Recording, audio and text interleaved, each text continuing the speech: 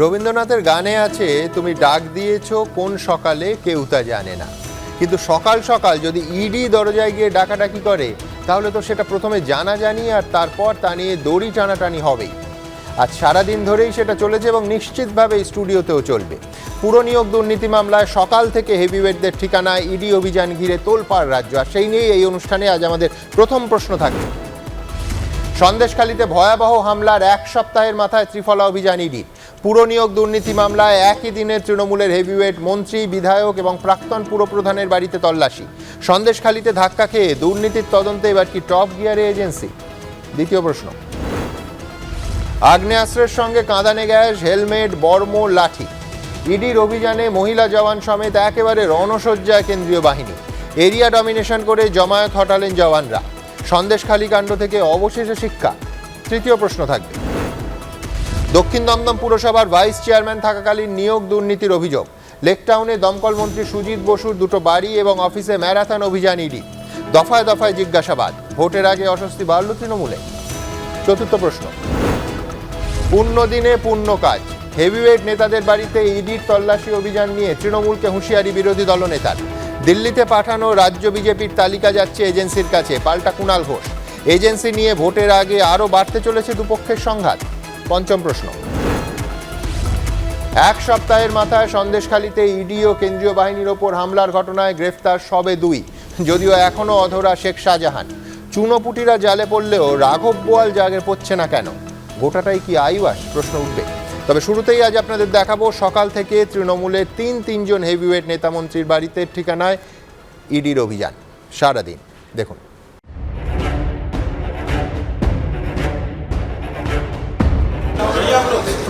क्या देख रहे हो आप लोग? नहीं कुछ है क्या आप लोगों का?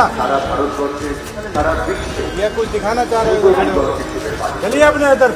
সন্দেশখালী ও বনগাঁয় আচমকা হামলার পর কিছুটা থমকে ছিল, কিন্তু শুক্রবার পুরনিয়োগ দুর্নীতি তদন্তে ফুল ফোর্সে অ্যাকশনে নামল এনফোর্সমেন্ট ডিরেক্টরেট। সাত সকালে একাধিক দলে ভাগ হয়ে চলল ত্রিফলা ম্যারাথন তল্লাশি অভিযান। খাদ্যমন্ত্রী, পুরমন্ত্রীর পর এবার দমকল মন্ত্রী সুজিত বসুর বাড়িতে হানা দিল কেন্দ্রীয় এজেন্সি। বড়নগরের তৃণমূল বিধায়ক তাপস রায় এবং তৃণমূল পরিচালিত উত্তর দমদম পুরসভার প্রাক্তন চেয়ারম্যানের বাড়িতেও অভিযান চালালো ইডি। 70টা পুরসভার চেয়ারম্যান এবং তৃণমূলের নেতারা যুক্ত। ব্যাগ গোছানো শুরু করুন, সঙ্গে শীতের জিনিসও রাখবেন। সিবিআই এর এফআইআর নেমড শুভেন্দু অধিকারী, কেন তার বাড়িতে রেড হচ্ছে না?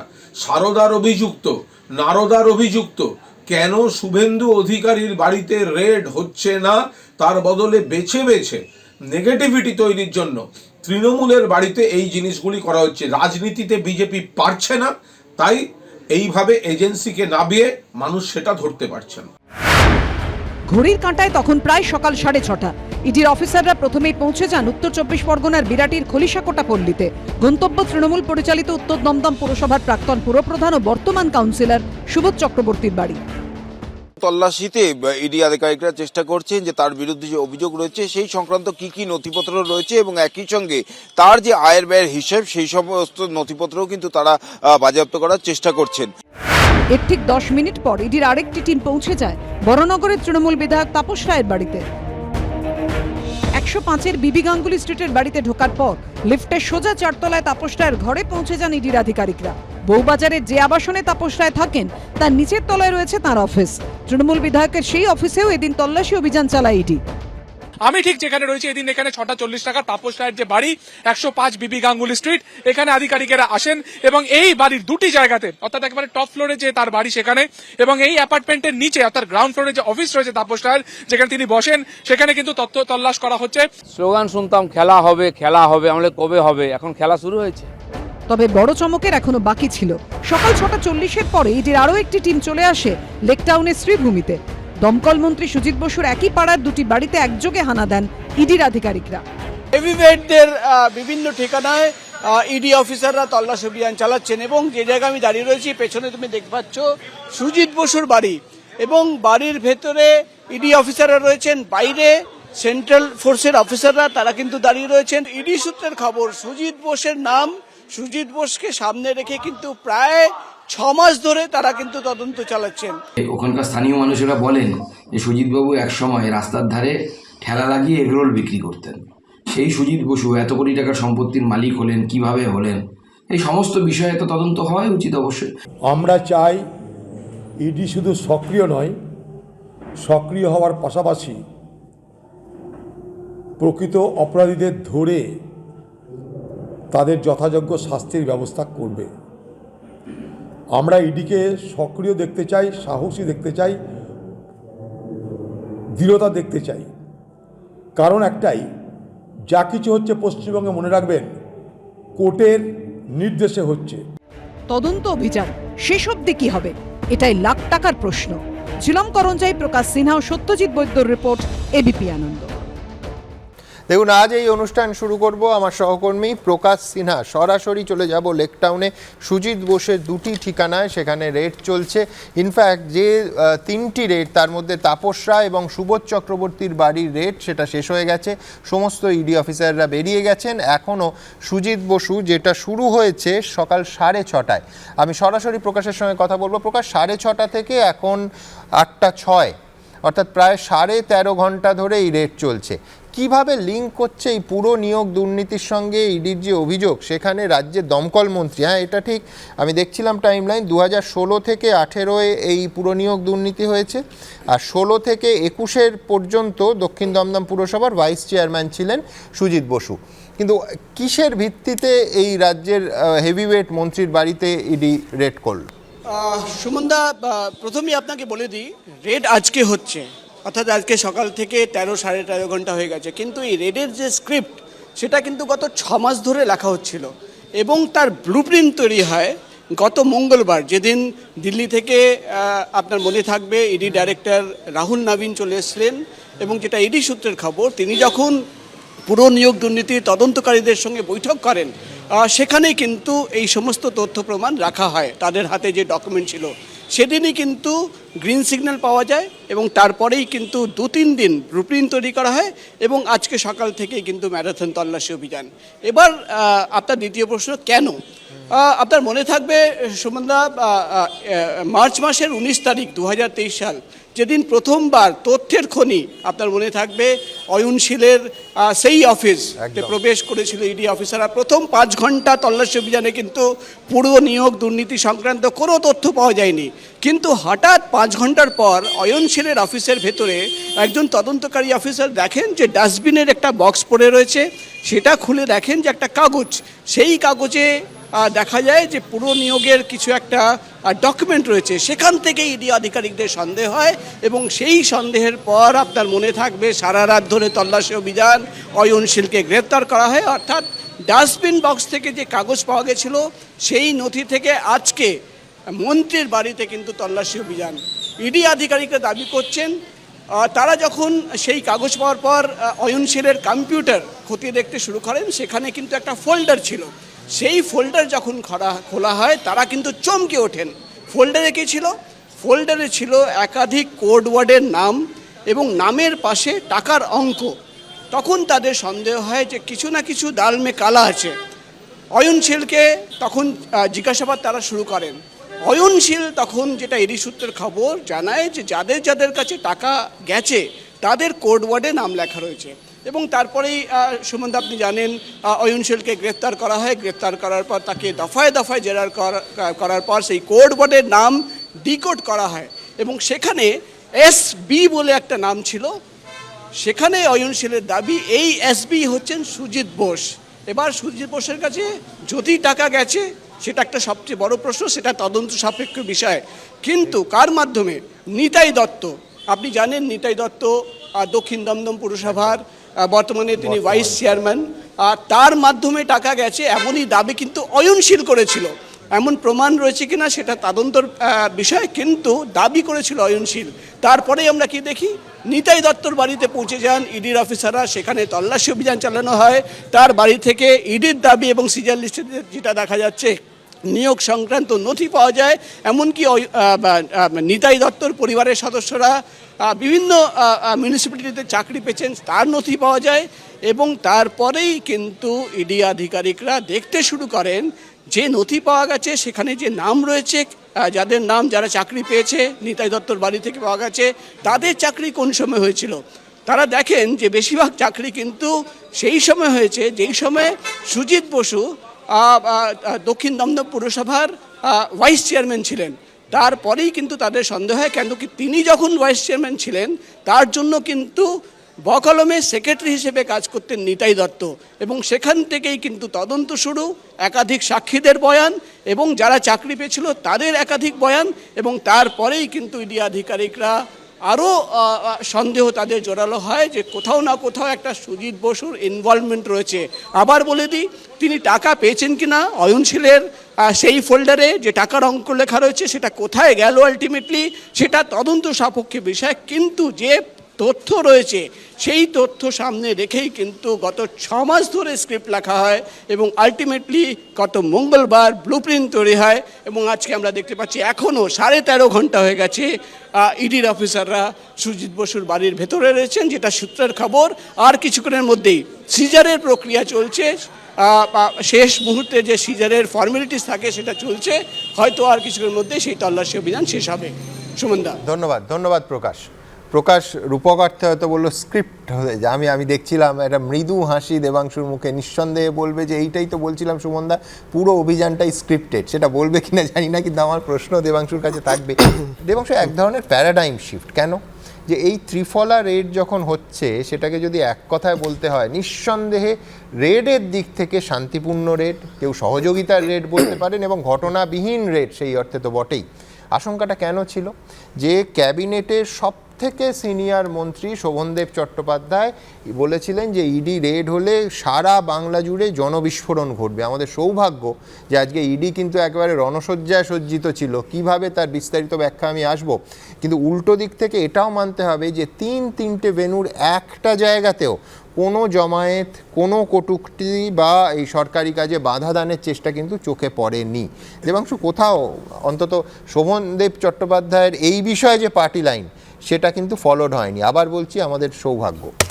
আমি প্রথমে এবিপি আনন্দের সকল দর্শককে শুভ সন্ধ্যা জানি, এবং সুমনদা আপনি ঠিক যে জায়গাটা ধরেছেন আমি ওই জায়গাটাই লিখে রাখছিলাম যখন আপনাদের প্রতিনিধি প্রকাশ বাবু বলছিলেন কথাটা যে 6 মাস ধরেই স্ক্রিপ্ট লেখা হচ্ছিল, এবং সত্যি এটা আমরা বিশ্বাস করি। 6 মাস নয়, অ্যাকচুয়ালি 1.5-2 বছর 2.5 বছর ধরেই লেখা হচ্ছে। উনি 6 মাস জানতে পেরেছেন, আগের 2 বছরটা জানতে পারেননি। আর স্ক্রিপ্টটা কে লিখেছে, কোন কুঞ্জ থেকে লেখা হয়েছে সেটা আমরা প্রত্যেকে জানি। সুমনদা, আমি এই গোটা ঘটনাটার আমি একটা অন্য দৃষ্টিভঙ্গির আজকে একটু আলোচনা করতে চাই। প্রথম কথা হচ্ছে যে যতগুলো অ্যারেস্ট আমরা দেখলাম গত প্রায় 2 বছরে, পার্থ চট্টোপাধ্যায় থেকে শুরু করে যতগুলো অ্যারেস্ট, ইডির সামান বলুন বা রেড বলুন, আমি শুধু কয়েকটা বলছি। ধরুন, পার্থ চট্টোপাধ্যায় বেহালা পশ্চিম বিধানসভা, লোকসভা হচ্ছে কলকাতা দক্ষিণ। মানিক ভট্টাচার্য পলাশিপাড়া বিধানসভা, লোকসভা হচ্ছে কৃষ্ণনগর। অনুব্রত মণ্ডল এফেক্ট 2টো লোকসভা, বীরভূম বোলপুর। জ্যোতিপ্রিয় মল্লিক বারাসাত ব্যারাকপুর দমদম। জীবন কৃষ্ণ সাহা বিধানসভা হচ্ছে বড়োয়া, লোকসভা হচ্ছে বহরমপুর। তৃণমূল কংগ্রেসের লাস্ট বিধানসভা অনুযায়ী লিড আছে।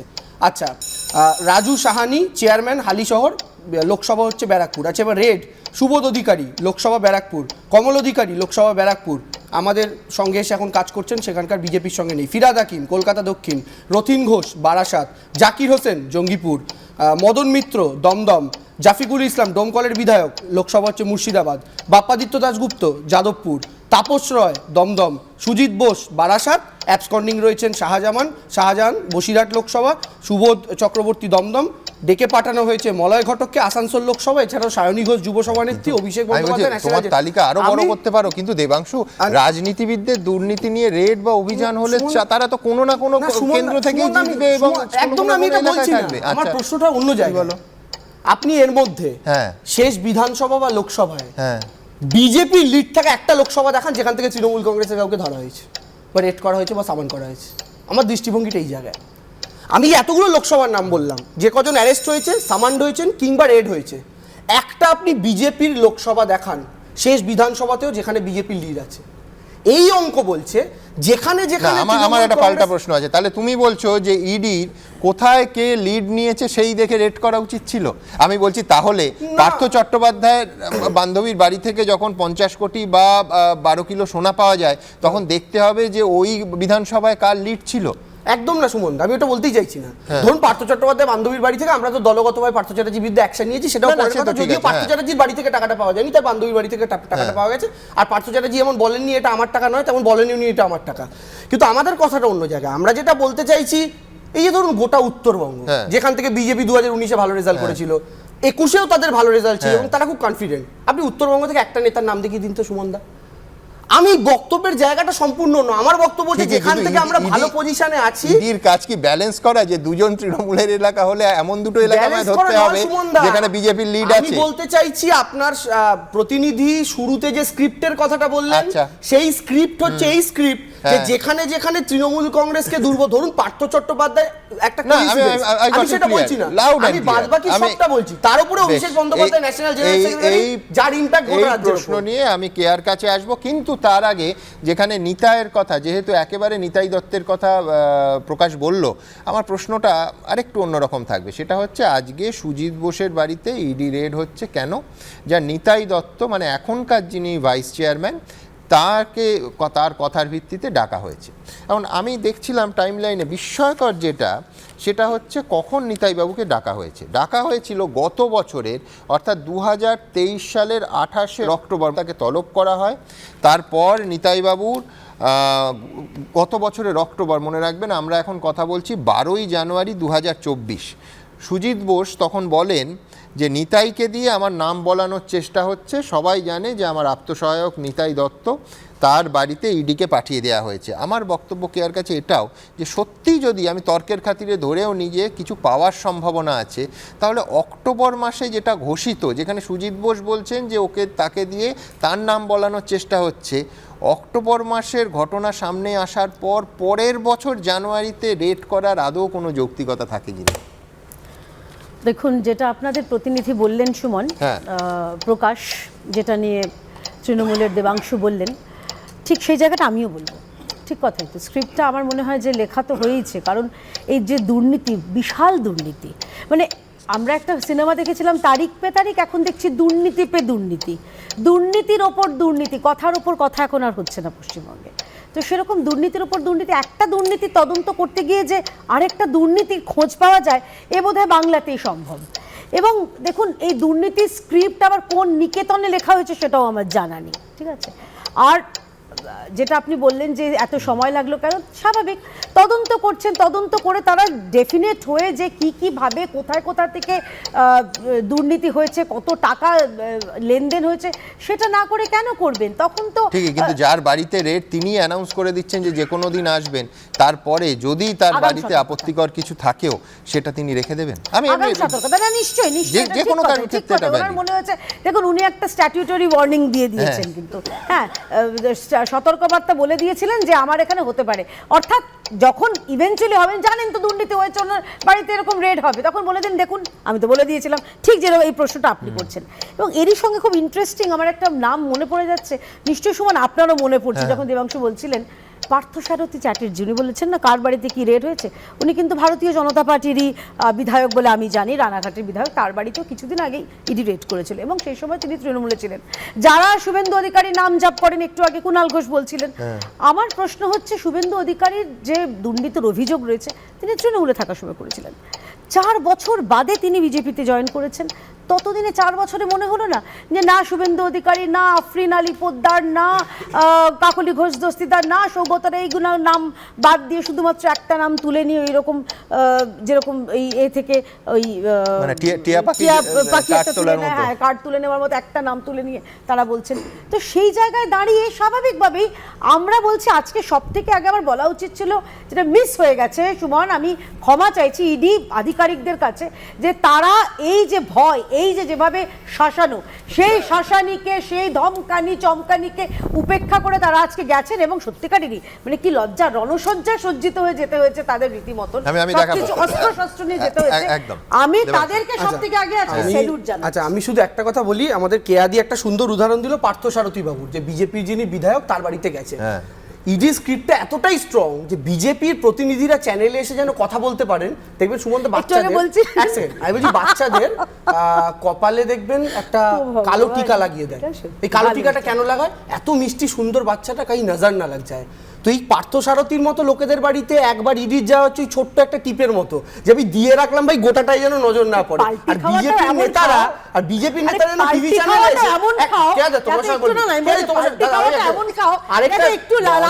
সুমনদা, আমরা যখন শিয়াল পণ্ডিতের গল্প পড়েছিলাম আমরা এটা ভালো মতো জানি, ওই কুমির ছানাকে একটাকেই তুলে 7 বার দেখিয়েছিল তো প্রত্যেকটা ইস্যুতে। এই এখন তুমি তাহলে এটা বলছো যে 3 জন তৃণমূল হলে এটা ফুটবল স্কোরের মতো, 3 জন তৃণমূল হলে টার্গেট থাকবে 3 জন বিজেপি, না তার 4 হলে 4। উত্তরটা হচ্ছে যাদের বিরুদ্ধে অভিযোগ, শুভেন্দু অধিকারীর বিরুদ্ধে তো অভিযোগ আমরা করিনি সুমনদা। আমি পার্থসারথী বাবুর কথা বাদ দিচ্ছি, কেয়াদি বিজেপিটা অনেক পুরনো দিন থেকে করেন। সেই কেয়াদি যখন বিজেপি করেন তখনকার প্রেস কনফারেন্সে বিজেপি শুভেন্দু অধিকারীকে চোর বলেছিল। ঘটনাচক্রে যিনি প্রেস কনফারেন্সের সময় বসেছিলেন তিনি আমাদের দলে এখন, কিন্তু যার সম্পর্কে বলছেন তিনি বিজেপি কেন এরা তদন্ত চালাননি কেন? সিআইডি তো এদের হাতে রয়েছে, এরা নিজেরা সুমোটো হয়ে আদালতে যাননি কেন? শুধুমাত্র ওই টিয়া পাখির মতন একটা কার্ড তুলে নিয়ে গিয়ে তদন্ত করলেন না কেন? খালি টিভিতে খালি আমরা শুভেন্দু অধিকারী পাঁচালি পড়লে হবে? তদন্ত করুন, আপনাদের হাতে ক্ষমতা আছে, করুন না তদন্ত। যদি ক্ষমতা থাকে তো খুঁজে বার করুন কি কি দুর্নীতি হয়েছে, নাকি ভয় আছে? আরে নারদা, তোমাদের তদন্ত হচ্ছে, আমরা কি করব? তোমরা সিবিআইডি হাত তুলে না, আমরা করছি।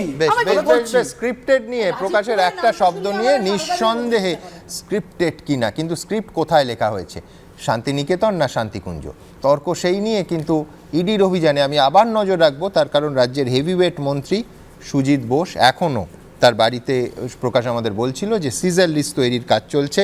5ই অক্টোবর দক্ষিণ দমদম পুরসভার উপপ্রধান এবং তৃণমূল নেতা নিতাই দত্তের বাড়িতে যে তল্লাশি চালায়, প্রকাশ বলছে যে এটা তারই ফল আউট। তবে ওই যে বললাম অক্টোবর থেকে এটা জানুয়ারির 12 তারিখ। আমার পরের প্রতিবেদন তাই নিয়ে। পুরনিয়োগ দুর্নীতি মামলায় খাদ্যমন্ত্রী রথীন ঘোষ, পুরমন্ত্রী ফিরহাদ হাকিমের পর এবার দমকল মন্ত্রী সুজিত বসু। রাজ্যের আরও এক হেভিওয়েট মন্ত্রীর বাড়িতে অভিযান চালালো এনফোর্সমেন্ট ডিরেক্টরেট। সুজিতবাবু একসময় রাস্তার ধারে ঠেলা লাগিয়ে এগরোল বিক্রি করতেন। সেই সুজিত বসু এত কোটি টাকার সম্পত্তির মালিক হলেন, কিভাবে হলেন, এই সমস্ত বিষয়ে তো তদন্ত হওয়াই উচিত অবশ্যই। এবং নিয়োগ দুর্নীতিতে অবশ্যই নাম জড়িয়েছে ওনার পরিবারের। সুজিত বসু তিনি একজন দায়িত্বশীল মন্ত্রী, একজন গুরুত্বপূর্ণ সাংগঠনিক নেতা।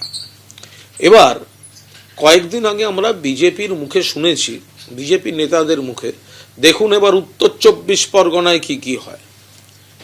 আপনারা জানেন মাননীয় মুখ্যমন্ত্রী মমতা বন্দ্যোপাধ্যায় উত্তর 24 পরগনায় জেলায় সাংগঠনিকভাবে কিছু পদক্ষেপ নিয়েছেন, কোর কমিটি গঠিত হয়েছে এবং সুজিত বসুকে দমদম এবং বসিরহাট এই দুটো লোকসভা কেন্দ্র বিশেষ দায়িত্ব নিয়ে দেখতে বলেছেন।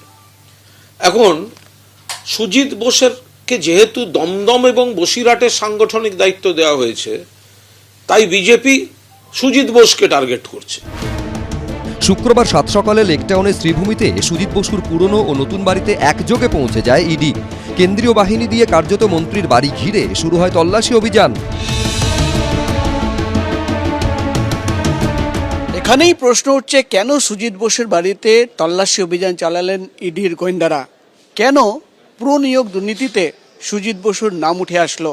এর উত্তর খোঁজার জন্য আমাদের পিছিয়ে যেতে হবে গত বছরের মার্চ মাসে। পুরনিয়োগ দুর্নীতি তদন্তে গত 5ই অক্টোবর দক্ষিণ দমদম পুরসভার উপপ্রধান এবং তৃণমূল নেতা নিতাই দত্তর বাড়িতে তল্লাশি চালায় ইডি। সূত্রের দাবি, সেখান থেকে নিয়োগ সংক্রান্ত 7 পাতার নথি এবং পুরসভায় নিয়োগ সংক্রান্ত অ্যাপয়েন্টমেন্ট লেটার উদ্ধার হয়। পরে নিতাই দত্তকে সিজিও কমপ্লেক্সে ডেকে একাধিকবার জিজ্ঞাসাবাদ করেন ইডি আধিকারিকরা। ইডি সূত্রে দাবি, সুজিত বসু যে সময়ে দক্ষিণ দমদম পুরসভার ভাইস চেয়ারম্যান ছিলেন সেই সময় নিয়োগে দুর্নীতি হয়েছে। সেই সময় পুরসভায় নিয়োগ সংক্রান্ত সব বরাত পেত অয়নশীলের সংস্থা এবিএস ইনফোজোন। সুজিত বসু যে সময় দক্ষিণ দমদম পুরসভার ভাইস চেয়ারম্যান, তখন এই নিতাই দত্তই বকলমে তার সেক্রেটারি ছিলেন। ইডি সূত্রে দাবি, নিতাই দত্তর সূত্র ধরেও পুরনিয়োগে দুর্নীতি মামলায় নাম উঠে এসেছে মন্ত্রী সুজিত বসুর। এ নিয়ে অতীতে বিস্ফোরক অভিযোগও করেন সুজিত বসু। আমার আত্মসহায়ক নিতাই দত্ত আছে, সবাই জানে। তার বাড়িতে ইডিকে পাঠিয়ে দেওয়া হলো, 12 ঘন্টা জেরা তাকে করা হলো। 12 ঘন্টায় কিছুই পেল না, তার বাড়ি থেকে কিছু পেল না, শুধু বলতে হবে একটাই নাম, সুজিত বোসের নামটা তুমি লিখে দাও, তোমাকে ছেড়ে দেবো। কেন্দ্রীয় তদন্তকারী সংস্থা সূত্রে দাবি, অয়নশীলের অফিসের একটি কম্পিউটারের ফোল্ডার খুলে চমকে ওঠেন ইডি অফিসাররা। সেই ফোল্ডারে একটি ফাইলে একাধিক নাম সাংকেতিক ভাষায় লেখা ছিল, আর সেই নামের পাশে সংশ্লিষ্ট ব্যক্তিকে কত টাকা দেওয়া হয়েছিল সেই অঙ্কের হিসেব ছিল। সুজিত বসু দক্ষিণ দমদম পুরসভাতে নিয়োগ দুর্নীতিতে সরাসরি যুক্ত একাধিকবার আমি বা অন্যরা বলেছি। সুজিত বসুর ঘনিষ্ঠ দুই আত্মীয়, দুই শ্যালকের দুই স্ত্রী, তারা কামারহাটিতে পুরসভাতে চাকরি পেয়েছে। স্বাভাবিকভাবে এরা প্রত্যেকে যুক্ত, অপর্ণা নিয়োগী যুক্ত। রাজ্যের নেতারা কি করছেন?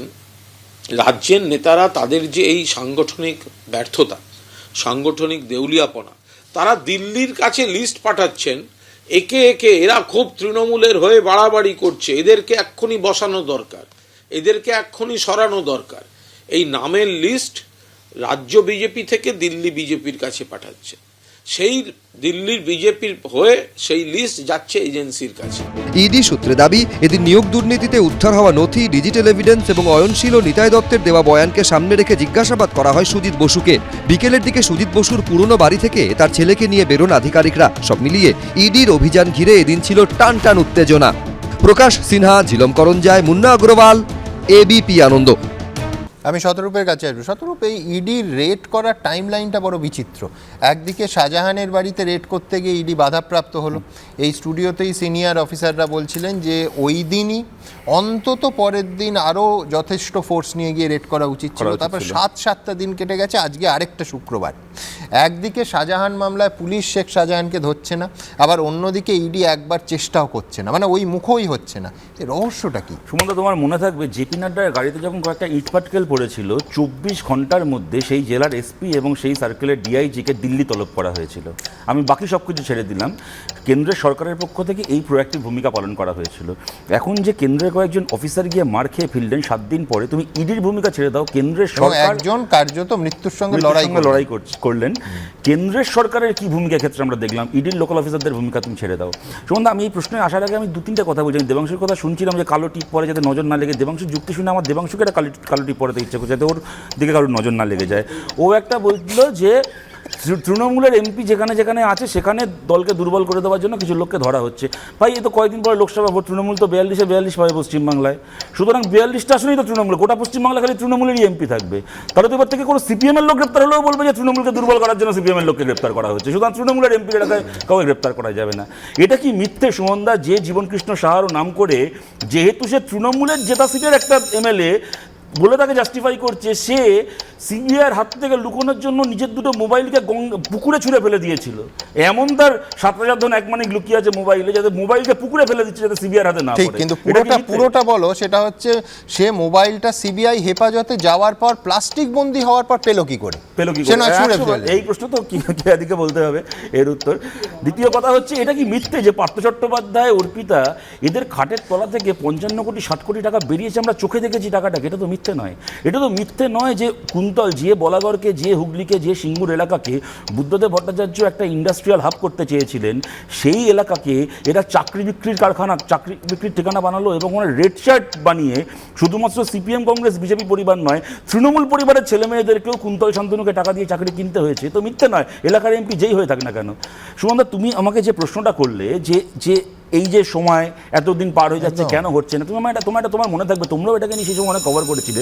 পার্থ চট্টোপাধ্যায় গ্রেপ্তার হওয়ার পরে কলকাতার নাকতলা এলাকার এক কাউন্সিলর তৃণমূলের, আমি নাম করে বলছি, বাপ্পাদিত্য, নিজের 3 তলা না 3.5 তলা বাড়িকে 4 দিক থেকে ত্রিপল দিয়ে ঢেকে দিয়েছিল। তাকে খুঁজে পাওয়া যায়নি 1.5-2 মাস, খুঁজে পাওয়া যায়নি। তুমি যখন এই কথাটা বললে, আমি ওনার নাম করেই বলছি যে সেই ওনার বাড়িতে রেড হলো সম্ভবত 1 বছর পর, কদিন আগে। আমি বলছি যে যাই পেলো ইডিকে প্রমাণ করতে হবে, হয়তো কিচ্ছু ছিল না, কিন্তু যদি থাকতো 1 বছর।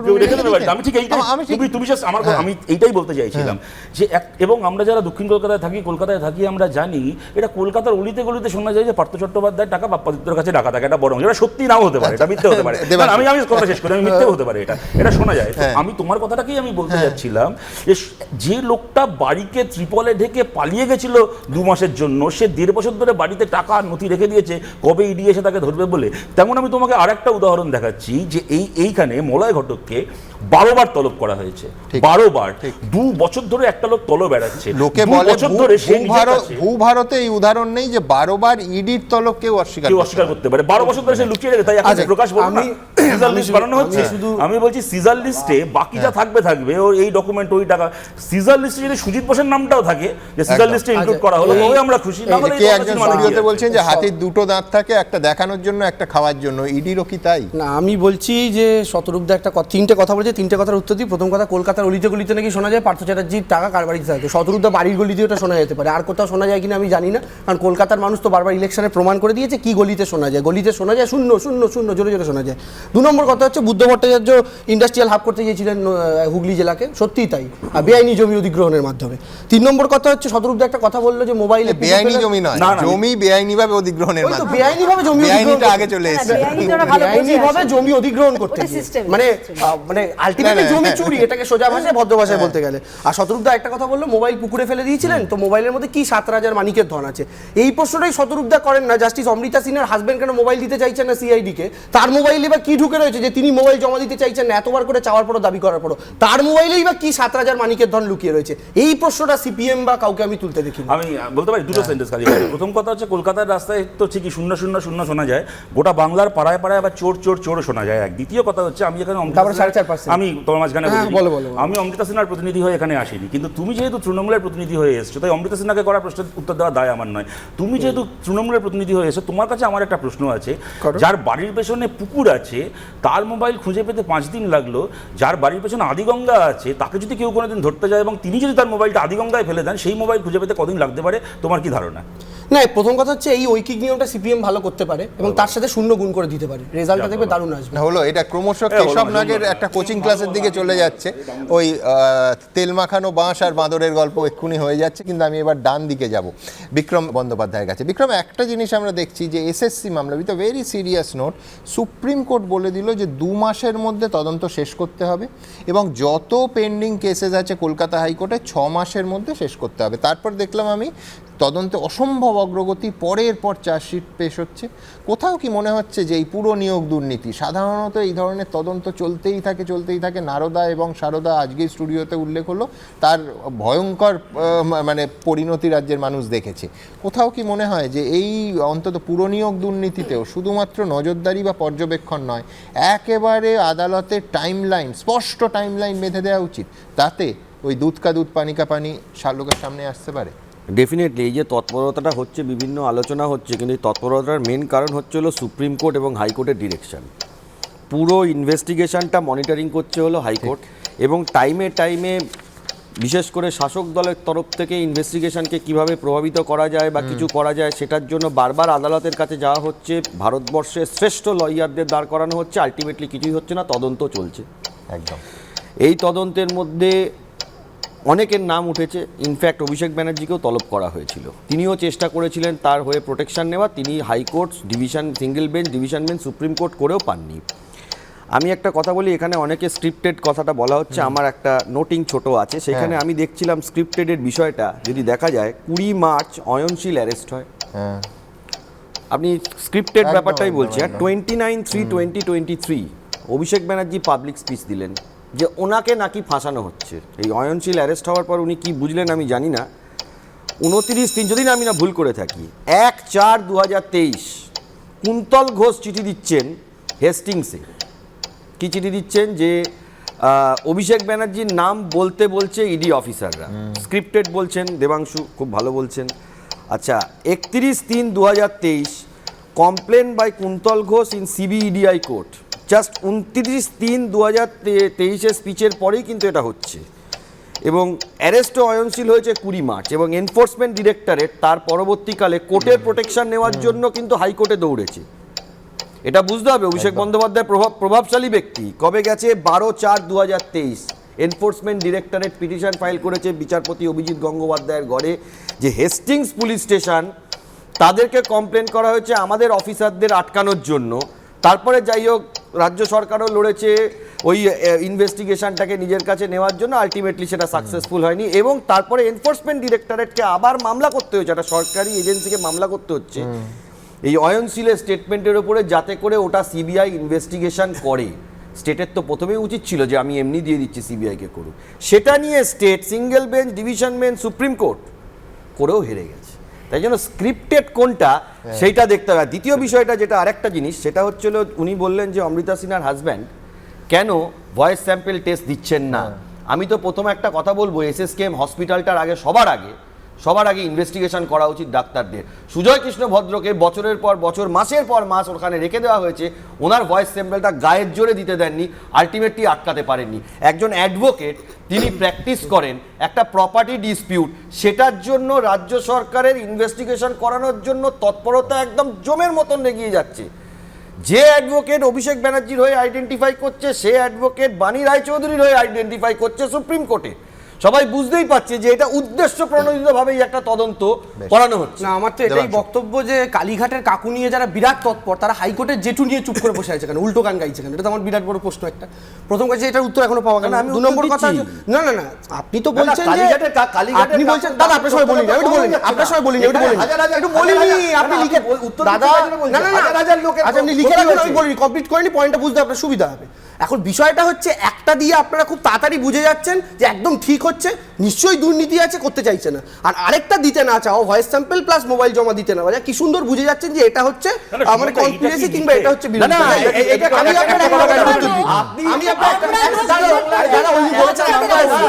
আপনি স্ক্রিপ্টের কথা বলেছেন তো, আরে খেয়ালি দাঁড়াও, আপনি স্ক্রিপ্টের কথা বলেছেন তো, অভিষেক বন্দ্যোপাধ্যায় রাস্তায় বসে আছে, অভিষেক বন্দ্যোপাধ্যায় বসে আছে, অভিষেক আপনাকে নাম হবে 3বার বললে আপনি সত্যিবাদী প্রমাণ হবেন। একটু না, আপনিও সত্যিবাদী, অভিষেক বন্দ্যোপাধ্যায়, আপনিও সত্যিবাদী প্রমাণ হবেন। কেন টাইম নষ্ট করছেন? অভিষেক বন্দ্যোপাধ্যায় মঞ্চ থেকে যখন বলেন, তিনি পেছনে মদন মিত্রকেও তুলে ধরে বলেছিলেন যে তোমাকে দিয়েও তো আমার নাম বলানোর চেষ্টা করেছিল। এই ঘটনার উপর কুন্তল যখন বললেন, আচ্ছা দাদা আপনি সম্ভবত আইনের কেউ হবেন, আপনি আমার একটা কথা বলুন তো, যখন কুন্তল জেলের মধ্যে থেকে বলছে যে আমাকে দিয়ে কারোর নাম বলানোর চেষ্টা হচ্ছে, এক্ষেত্রে অভিযোগকারীর নাম কি? কুন্তল। তো সেক্ষেত্রে কুন্তলের অভিযোগের জায়গাটা না দেখে, কারণ ওই এলাকায় কিন্তু কুন্তল সংখ্যালঘু, ওর চতুর্দিকে ঘিরে রয়েছে সেন্ট্রাল এজেন্সি, তারা সংখ্যাগুরু ওখানে, একা কুন্তল। সে যখন একটা অভিযোগ করছে, তার বক্তব্য নিয়ে উল্টো দিকে কেন গেল? তার বক্তব্য উনি দেবাংশু যেটা বললেন, দেবাংশু বাবু যেটা বললেন সম্পূর্ণ সঠিক কথা বলেননি। কুন্তল ছিলেন জেল কাস্টডিতে, jail is under the supervision of the state government. এটা বলেছেন, নাম বলার চেষ্টা করছে। কুন্তল ঘোষের চিঠি অন রেকর্ড আছে কোর্টের কাছে, আমাদেরকে কপি দেওয়া হয়েছে স্টেট গভর্নমেন্ট এবং ইডি সিবিআই এর তরফ থেকে, স্পেসিফিক উনি অভিষেক ব্যানার্জি। আচ্ছা, এবার আমি একটা কথা বলতে পারি, আমি সবাইকেই থামালাম, তার কারণ 14 ঘন্টা পরে, 14 ঘন্টা হয়ে গেছে, 14 ঘন্টা পরে ইডি অফিসাররা বেরোচ্ছেন সুজিত বোসের বাড়ি থেকে। হ্যাঁ প্রকাশ, এই মুহূর্তে তুমি ওখানে আছো, দেখাও। একদম সুমনদা, আমি ছবি দেখাবো। 14 ঘন্টার পর আমরা দেখতে পাচ্ছি ইডি অফিসাররা সুজিত বোসের বাড়ির যে নিচের গেট, মেন গেটের সামনে দাঁড়িয়ে রয়েছেন এবং একের পর এক গাড়ি ডাকা হচ্ছে। অর্থাৎ ইডি অফিসারদের যে গাড়ি পার্কিং লটে ছিল, সেখান থেকে গাড়ি নিয়ে আসা হচ্ছে এবং 14 ঘন্টার পর ইডি অফিসাররা, সামনের দিকে আমরা দেখছি সুজিত বোসের ছেলে তিনি রয়েছেন এবং এক এক করে ইডির অফিসাররা, আমরা ছবিতে দেখতে পাচ্ছি ডেপুটি ডাইরেক্টর, তিনি গাড়িতে বসছেন। অর্থাৎ ইডির অফিসাররা 14 ঘন্টা ধরে তল্লাশি অভিযানে ছিলেন, তারা কিন্তু এই মুহূর্তে বেরিয়ে যাচ্ছেন। আমরা এই মামলার প্রধান তদন্তকারী অফিসারকে দেখতে পাচ্ছি, অর্থাৎ একের পর এক করে গাড়িতে বসে বেরিয়ে যাচ্ছেন এবং ইতিমধ্যেই আমরা দেখলাম কিছুক্ষণ আগেই সুজিত বসু তিনি কিন্তু ব্যালকনিতে এসেছিলেন, হাত নাড়ালেন, যারা অনুগামীরা নিচে দাঁড়িয়েছিল তারা স্লোগান দিল এবং আমি প্রশ্ন করেছিলাম যে সুজিত দা কিছু বলবেন, তারপর সুজিত বসুর উত্তর, বলবো তো নিশ্চয়ই, সব কিছু বলবো, একটু পরে বলছি। এবং আমরা দেখতে পাচ্ছি 14 ঘন্টার পর ইডি অফিসাররা ব্যাগে করে, আমরা দেখতে পাচ্ছি একটা ব্যাগ, সেই ব্যাগে নথি রয়েছে, ব্যাগে করে কিছু ডকুমেন্ট, অর্থাৎ যে সিজার হয়েছে সেই সিজার নিয়ে একজন ইডি অফিসাররা ব্যাগে করে এখান থেকে বেরিয়ে যাওয়ার চেষ্টা।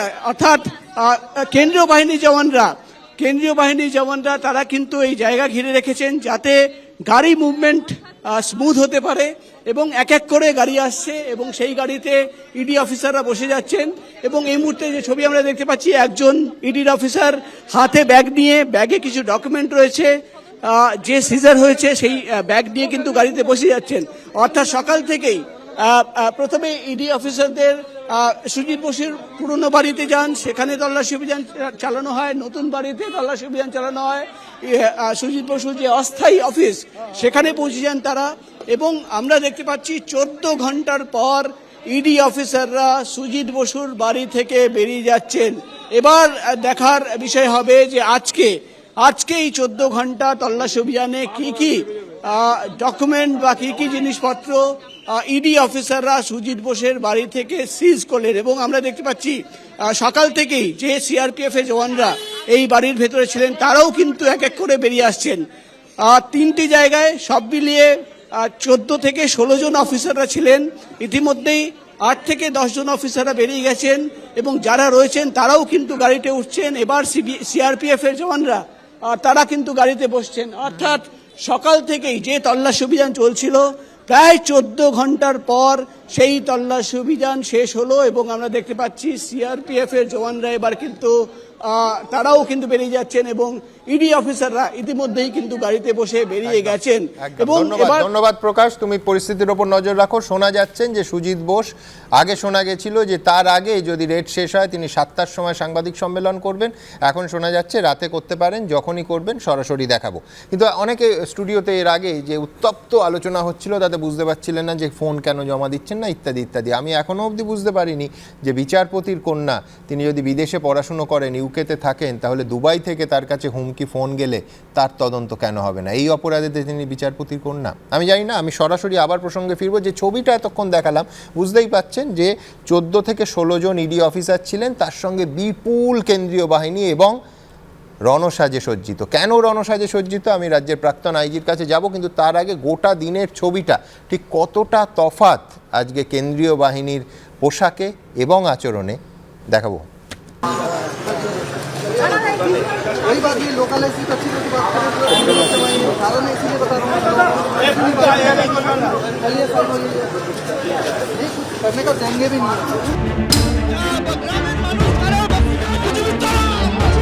দিনটা একই, শুক্রবার, কিন্তু এক সপ্তাহের ব্যবধানে বদলে গেল মেজাজ।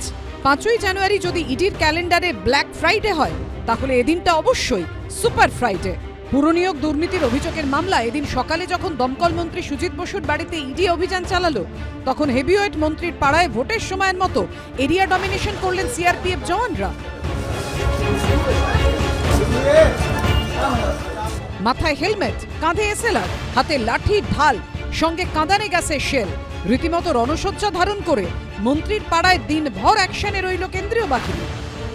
তো কয়েক বছরে আমরা একাধিক তল্লাশি অভিযানে গেছি এবং সিবিআই ইডি থেকে শুরু করে, কিন্তু এই প্রথম আমরা দেখছি যে তল্লাশি অভিযান একদিকে চলছে, অন্যদিকে কিন্তু এরিয়া ডমিনেশনের কাজ চলছে।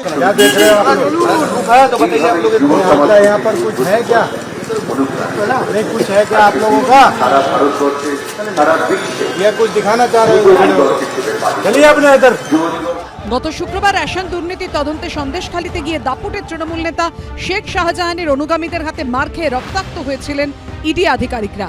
এলাকা ছাড়তে বাধ্য হয়েছিল কেন্দ্রীয় বাহিনীও, কিন্তু এদিন মন্ত্রীর পাড়ায় কড়া হাতে পরিস্থিতি নিয়ন্ত্রণে রাখল কেন্দ্রীয় বাহিনী।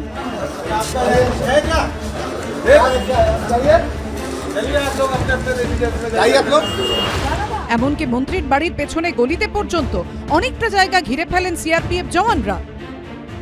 কেন্দ্রীয় বাহিনীকে, ইডিকে যদি কেউ আক্রমণ করে ডাকাতরা, তো সেই ব্যবস্থা নিতে হবে। পশ্চিমবাংলায় তো আইন শৃঙ্খলা বলে কিছু নাই। ইডি এর আগেও ধাক্কাধাক্কি খেয়েছে, খায়নি তারা।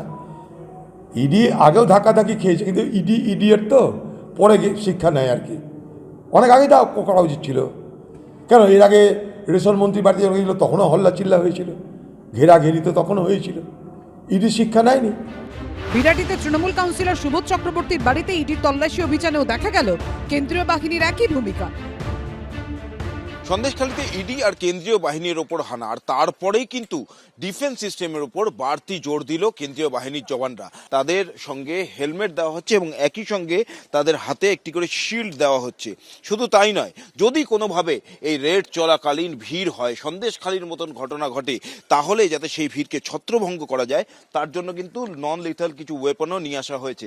দেখা যাচ্ছে কেন্দ্রীয় বাহিনীর জওয়ানদের সঙ্গে এখন থেকে এই টিয়ার গ্যাসের শেল রাখা হচ্ছে। যখনই কোনো পরিকল্পনা আমরা যাই একটা বড় সড়ো আইন শৃঙ্খলা রক্ষার ঘটনায়, তখন তার আগেও সুপিরিয়ার থেকে সবাই মিলে কি হতে পারে, আমরা কতটা প্রস্তুত থাকলে কত সম্ভব ক্ষতি, আমার কতটা কম ক্ষতি হতে পারে, অপরপক্ষের কতটা কম ক্ষতি হতে পারে, এই সমস্ত বিবেচনাগুলো কিন্তু করা উচিত। তবে বড়নগরের তৃণমূল বিধায়ক তাপস রায়ের বাড়িতে অভিযানে যাওয়া কেন্দ্রীয় বাহিনীর জওয়ানদের সংখ্যা ছিল বাকি দুই জায়গার তুলনায় কম। শেখ শাহজাহানের বাড়িতে গিয়ে ইডির আধিকারিকেরা তারা আক্রান্ত হয়েছিলেন, সিআরপিএফও কিন্তু আক্রান্ত হয়েছিল। প্রশ্ন উঠেছিল সিআরপিএফ এর হোমওয়ার্ক নিয়ে। এদিন কিন্তু দেখা গেছে যে যত পরিমাণ প্রস্তুতি নিয়ে তারা শ্রীভূমিতে গিয়েছেন, সেখানে যেভাবে ইডি রেড করছে তার বাইরে অ্যাকশনে দেখা গেছে সিআরপিএফ কে, তার তুলনায় কিন্তু অনেকটাই কম প্রস্তুতি দেখা গেল কিন্তু তাপস রায়ের বাড়িতে। সন্দেশখালী এবং বনগাঁয় কেন্দ্রীয় এজেন্সি ও কেন্দ্রীয় বাহিনীর ওপর হামলা চালানো হয়েছিল মহিলাদের সামনে রেখে। তৃণমূল কাউন্সিলর সুবোধ চক্রবর্তীর বাড়িতে অভিযানের সময় ইডির সঙ্গে ছিল মহিলা সিআরপিএফও।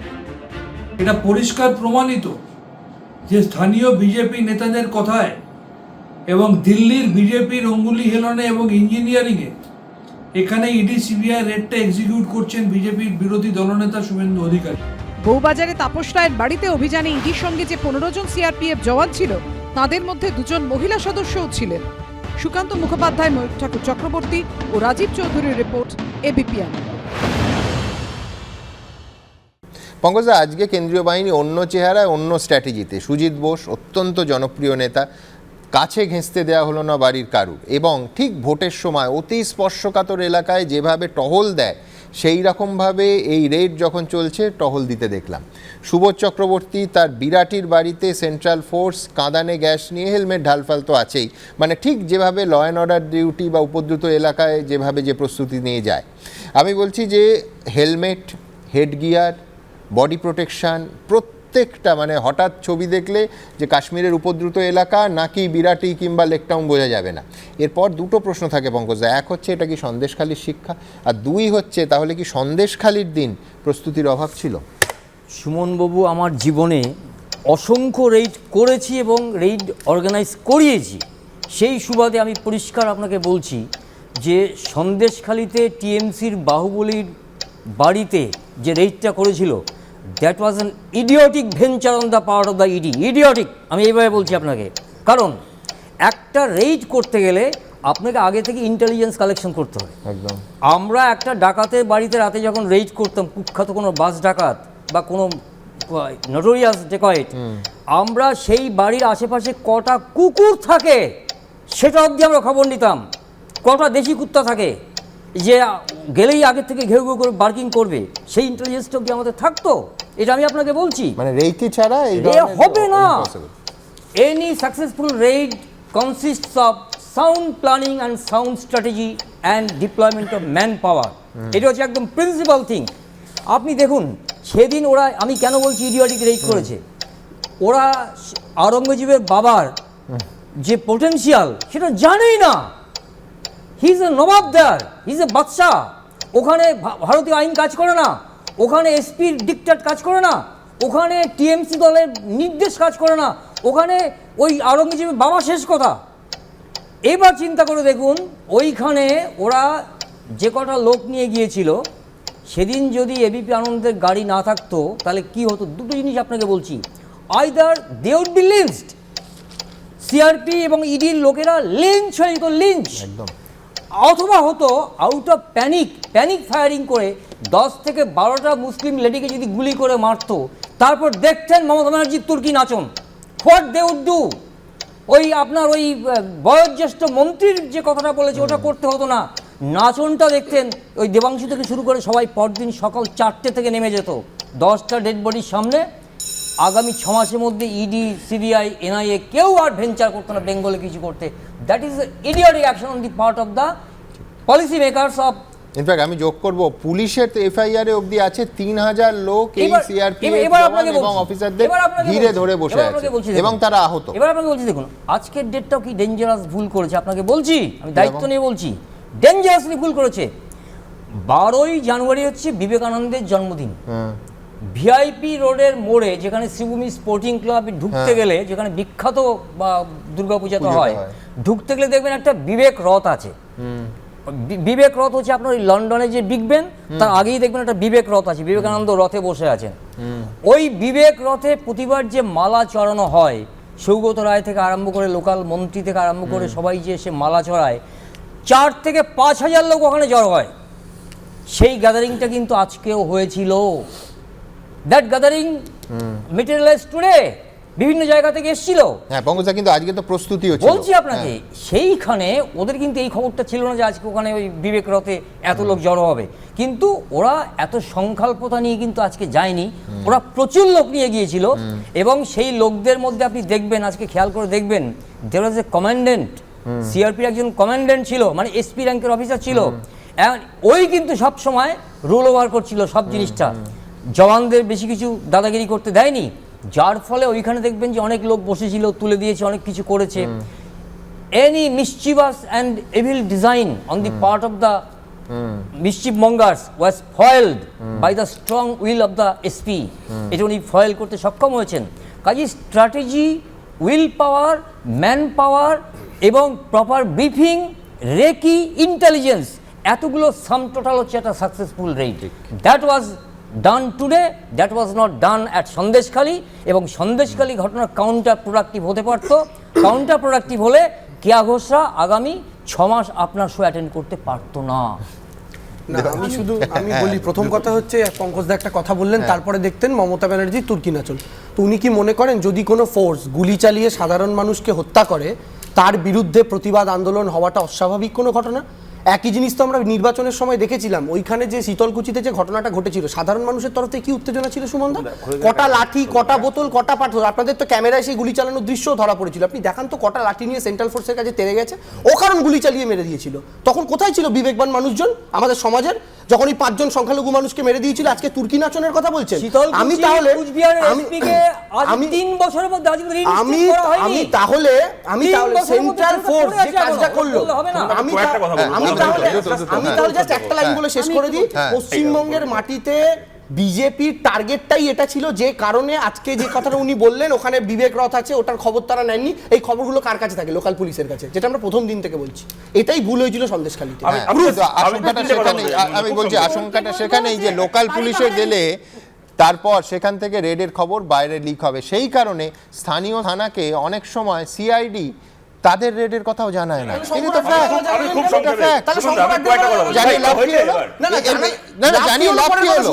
আমি বলছি সকালে মেল হলো, 4টের সময় এসপি কে ফোন হলো, তারপরে তারা মার খেলে। দেখুন, আপনি শাহজাহানকে পাননি, এবার বলি।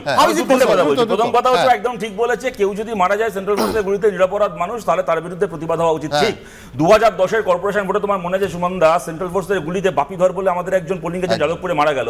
কিচ্ছু না জেনে মমতা বন্দ্যোপাধ্যায় বলে দিলেন বেশ হয়েছে, মরেছে, একটা নটোরিয়াস ক্রিমিনাল ছিল। আমি দেবাংশুকে মনে করে দিলাম। 2 নম্বর কথা, এর আগে তর্ক হচ্ছিল কুন্তল জেল থেকে বলেছে আমাকে চাপ দেওয়া হচ্ছে ইত্যাদি ইত্যাদি কিছু।